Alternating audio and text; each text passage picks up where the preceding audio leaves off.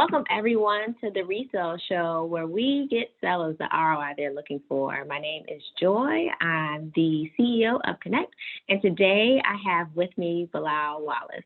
Bilal is a realtor at EXP Realty. Bilal, can you tell me a little about yourself? Yes, first and foremost, thank you for having me on. I'm very proud of what you're doing, and I really I salute you. First and foremost, and then secondly, oh, no problem, no problem. Look, I'm a man of faith. I'm a man of good energy, and ultimately, I'm a man of Cap Alpha Psi Fraternity Incorporated. So we got to come tried and true. But yeah, I'm a realtor out here in Richmond, Virginia. I started off on two teams. I started off a year ago, actually, a little bit over a year ago. My first year was done in December, so I'm no longer a rookie. But in that rookie year, I learned many lessons. Starting off really, January, the 1st of January is my first day. Yeah, it was. I got my license. I started my business. I LLC'd it, and then boom, New Year's came, and I'm on the ground running.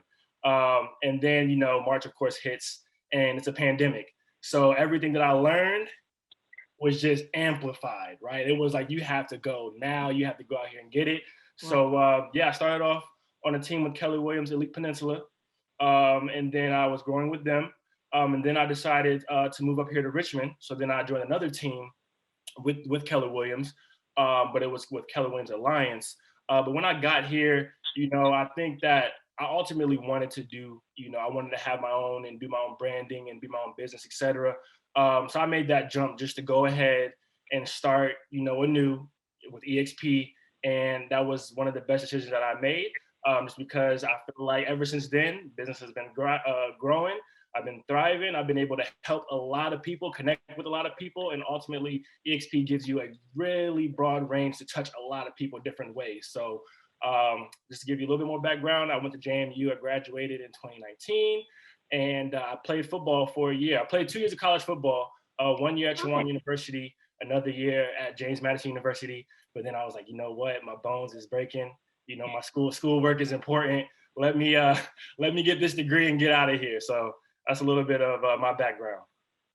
Okay, cool. My son's a huge football fan, so we may have to get into some of the pros and cons. I'm trying to get him on badminton, but that's a whole badminton. So I want to jump right into What are some must-have features that you think sellers need to have in the home in order for a home to sell fast in this climate? Okay.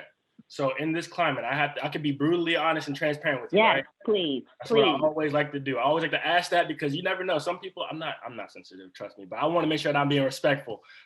In today's climate, I'm all for it. Great. In today's climate, you don't need to have there's no must-haves in your home. There isn't. There's so many buyers hitting the market on the constant, like this is boom, boom, boom, that somebody out there is going to love your home for what your home is.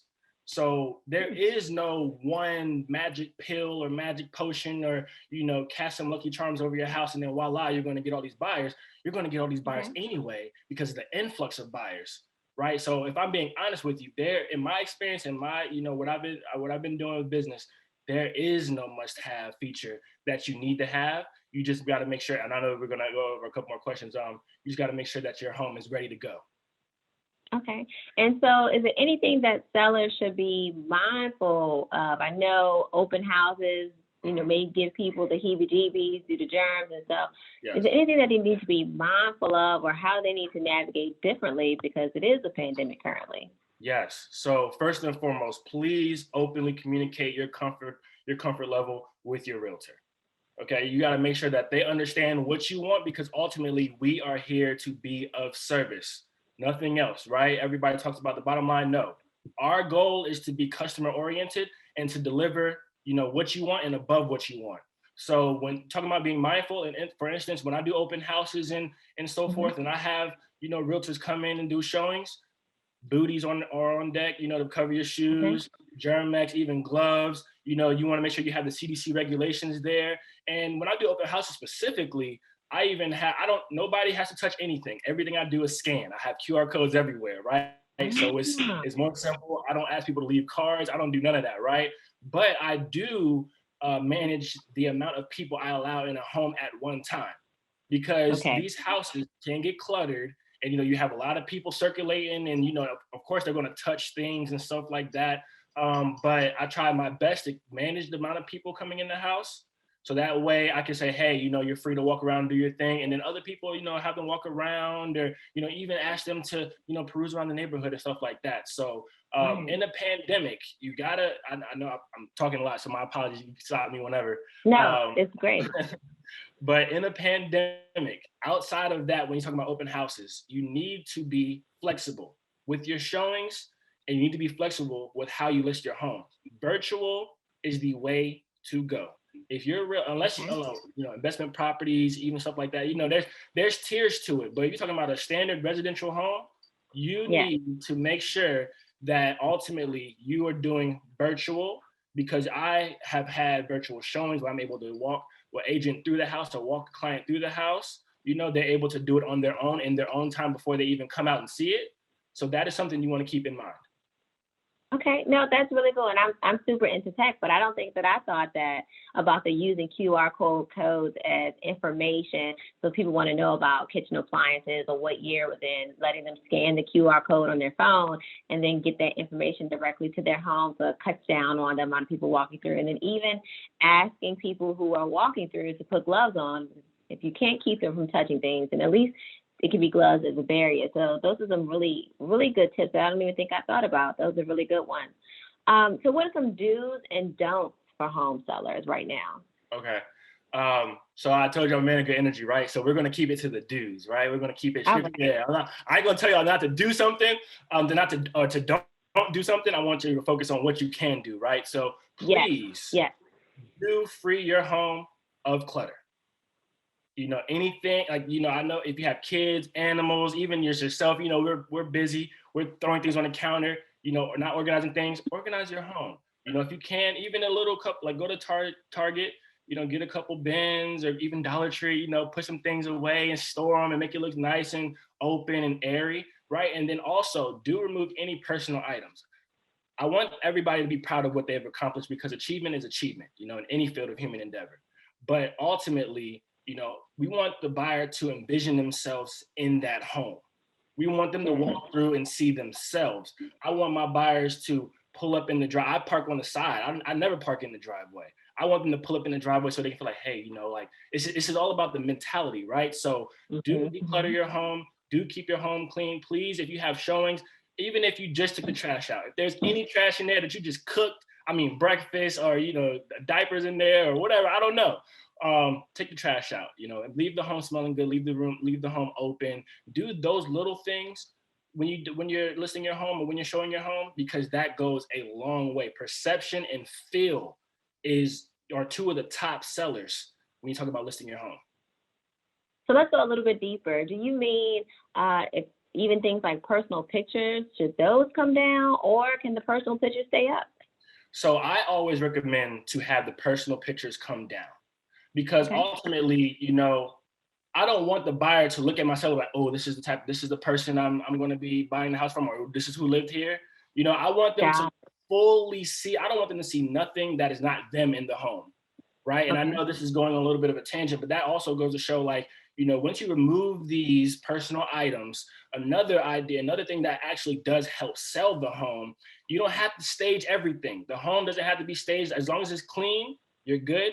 But an idea and a good way to sell your home for more money and faster is to further help buyers envision themselves in that home, is to stage these important areas of your house, your kitchen, your living room, your bathroom even. Those are the selling points of a house. Of course, you want a nice sized room, but think about having somebody even come in and give you a consultation, or even myself with my experience can tell you, hey, maybe do this or do that and move these things here, because we don't have to have somebody with furniture come in and tell you where to put the furniture. But if we can move things around or maybe do a couple little things here and there, that'll be great. So basically not only making space kind of in perception as far as the person being able to enter into that space and feel like it's there, but also making space physically with maybe rearranging some layouts and things like that. Yes, yes, please. As open as it can get. A lot of, I have a client who doesn't want an open house concept, right? And she was like the first that I've had in a while because, you know, everything now is just more open, more flow, feng Right. shui. So I have, you know, there are clients who do want that boxed off feel, but ultimately, even with that boxed off feel, they want it to, you know, more or less flow. They don't want to have to walk around things, or think of if in an open house, if you have tight corners, or if you're showing and you have tight corners, then it's going to feel, you know, kind of claustrophobic in those hallways or in that area when they're trying to walk around and see your home. So you just want everything to flow. Okay, good.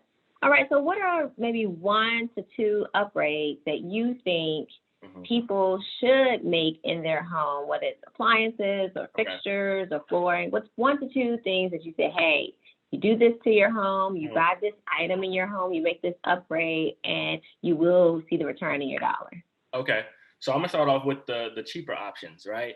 Okay. Like I told you earlier, when you're pulling up to a house, right, it's all about the feeling and perception. Landscape, landscape. I mean, even the simple things as weed eating, you know, getting the lawnmower out there, do some fresh mulch, some fresh flowers in the bed, you know, like do those things, because that's going to be the first introduction of your home to somebody, not your house, because you're making it was your home for a while before you sold it, before you're selling it. So landscaping is one of the items I say that I definitely do in the spring and summer times. Power wash. You know, you want to make sure it's hot enough. You don't. Right. Perception's everything. As I keep on saying that, but I really mean it. You know, power wash your home, make it look clean, make it look like it's fresh and new, like it's something about it that's like inviting. Right on the inside, fresh coat of paint. People want neutral colors. And if you go into a freshly renovated home, you're going to see a lot of grays. You know, earlier, you will see a lot of more taupes and stuff like that. But you want neutral colors to, you know, that I know we all have our taste, right? Like I'm sitting here in my office and I have a chalk wall so I can write things on it, right? But cover that up, make it neutral. And as far as fixtures and appliances, you can do that if you need to. I would say the biggest thing is your flooring.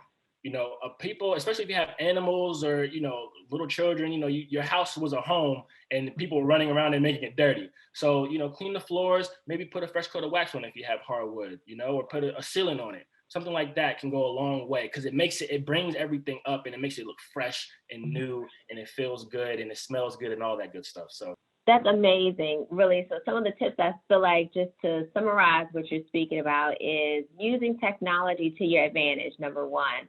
Number two, making sure that your house is presented as well as possible. So whether that's cleanliness or opening it up and making it airy and layout, making sure that it shows well. And then making sure that it's depersonalized so that people feel welcomed in the space.